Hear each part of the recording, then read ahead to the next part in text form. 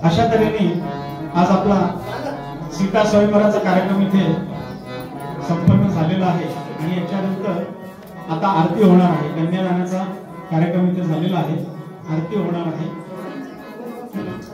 माझ्यासोबत आलेले माझे मित्र श्री हेमंत भुसे यांनी तबल्याची अतिशय सुंदर साथ दिली. त्याच्यामुळे आपल्याला सगळ्यांना या लोकांचा आनंद घेता आला. माझे मित्र आहेत आणि HL ला ते मेकॅनिकल इंजिनियर म्हणून सर्व्हिसला होते.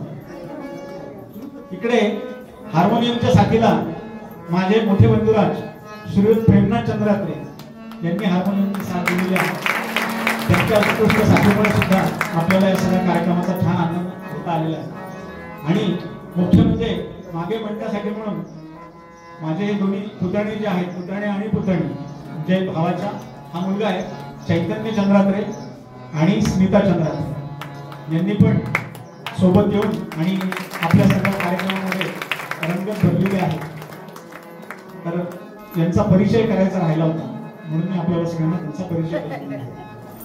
आणि आता याच्यानंतर आपला आरतीचा कार्यक्रम, गणपतीची आरती, रामाची आरती आणि मारुतीची आरती आणि त्याच्यानंतर खालील लोकांना एवढंच आरती होणार.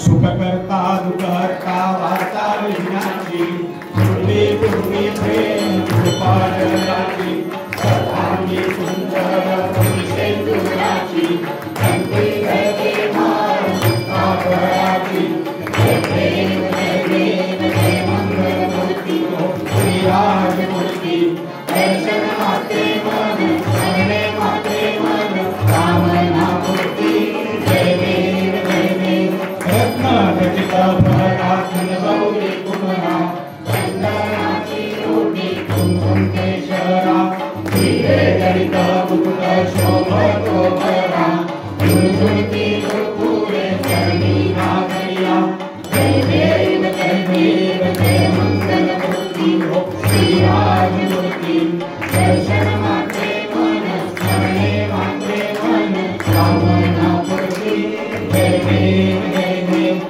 लंबोदर पीतांबर फणीवर वंदना, सरळ शौर्य भक्त सुंदरी नयना, दास रामाचा आत्मा हे सजना, संकटी पावावे निर्वाणी रक्षावे सुरवर वंदना, जय देव जय देव जय मंगल मूर्ती हो श्री राज मूर्ती, दर्शन माते मन शरणे माते मन कामना मूर्ती, जय देव जय देव उत्कट साधु शिरा सेतु बांधोनी कामक्रोधादि राक्षस मर्दोनी देह अहं भावदेह, जय देव जय देव जय निजबोधा रामा हो रामाया रामा, परमाते आरती सद्भावे आरती परिपूर्ण कामा, श्री राम जय राम प्रथम सीता शोधा हनुमंत मेरा, लंका दहन करली अकया मारिला, मारिला जमून तुमन काहिला, आनंदाची गोडी घेऊन आला, जय देव जय देव जय बोधा रामा, रामा परमाते आरती सद्भावे आरती परिपूर्ण कामा, श्री राम जय राम निज बळ निज शक्ती सोडविली सीता, म्हणून येणे झाले अवधार मुलाचा, आनंद ओसंडे वैराग्य धरता, आरती घेऊन आली कौसल्या माता, जय देव जय देव जय बोधा रामा हो आत्माजा रामा, परमाते आरती सद्भावे आरती परिपूर्ण कामा, श्री राम जय राम अनाहत ध्वनि गणपती अपार, अरगा पद्मे मान कैती भूतार, अयोध्येसी आले दशरथ कुमार, नगरी होत आहे आनंद घोर, जय देव जय देव जय बोधा रामा हो आत्माजा रामा, परमाते आरती सद्भावे आरती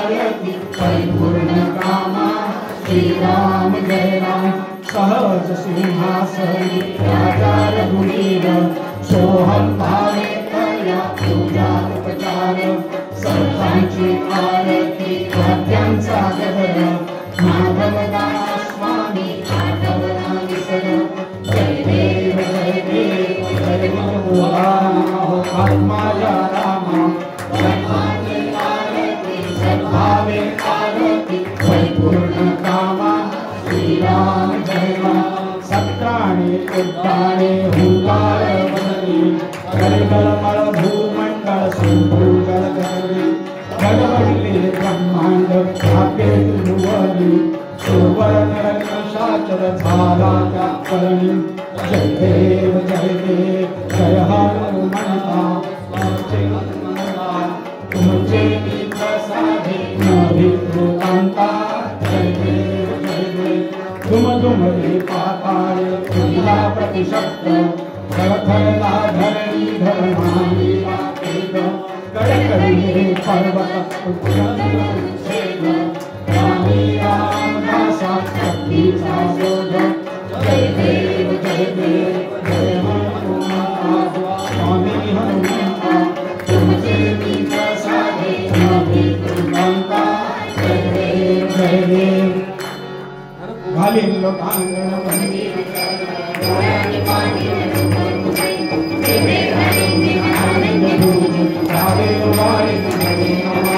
त्वमेव माता पिता त्वमेव बन्धु सखा त्वमेव विद्या द्रव्यं त्वमेव सर्वं मम देव कायेन वाचा मनसेन्द्रियैर्वा बुद्ध्यात्मना वा प्रकृति स्वभावं करोमि यज्ञं सकलं परस्मै नारायणाय समर्पयामि अजितं केशवं रामनारायणं कृष्णदामोदरं वासुदेवं श्रीराम माधवं गोपिकावल्लभं रामकीनायकं रामचन्द्रं हरे राम राम राम हरे हरे कृष्ण कृष्ण कृष्ण हरे हरे हरे राम राम राम हरे हरे कृष्ण कृष्ण कृष्ण हरे हरे राम राम राम हरे हरे कृष्ण कृष्ण कृष्ण हरे हरे राम राम राम हरे हरे कृष्ण कृष्ण कृष्ण हरे नमः पार्वती पते हर हर महादेव अनंत कोटि ब्रह्मांड नायक राजाधिराज श्री समर्थ सद्गुरुनाथ नारायण महाराज की जय। ओम श्री गुरुदेव दत्त राजाधिराज रामचंद्र महाराज की जय। बजरंग बली की जय। सनातन धर्म